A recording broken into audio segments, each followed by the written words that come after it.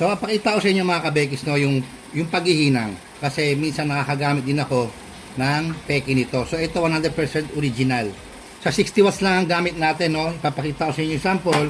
Meron tayong wire dito na number 16. Meron tayong number 18.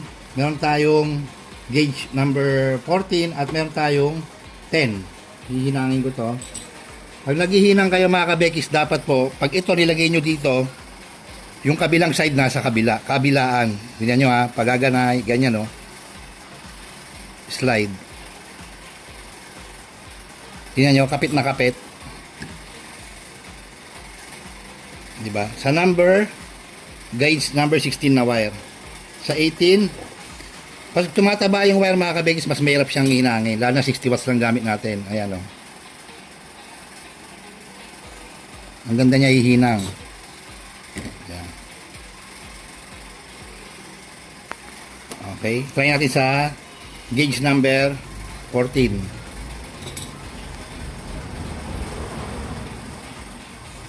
Kita nyo, kahit nandun ako sa taas, gumagapang yung hinang niya. Ayan o. Ito, pag ganito kataba, medyo mahirap ng hinangin yan. E bira naman gamitin natin ganyan kataba. Ang sabihin ko lang, kaya niya. O, kumakapit siya. Nanunuot yung hinang. Kita nyo, nanuot. Yung iba kasi pag naghihinang, lalo pag ganito katabang wire, kala mo parang nabubuo lang siya.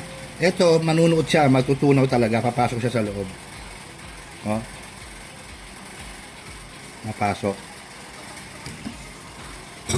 So, wala akong silbi kahit original yung tingga na gagamitin nyo. Kung ang tip nyo naman is peke. Okay, punta po kayo sa Shopee ko. Magbebenta po ako nyan. Ito. Original na tip. 100% po yan na original. Ang ganda ng hinang nyo pag ito gamit nyo.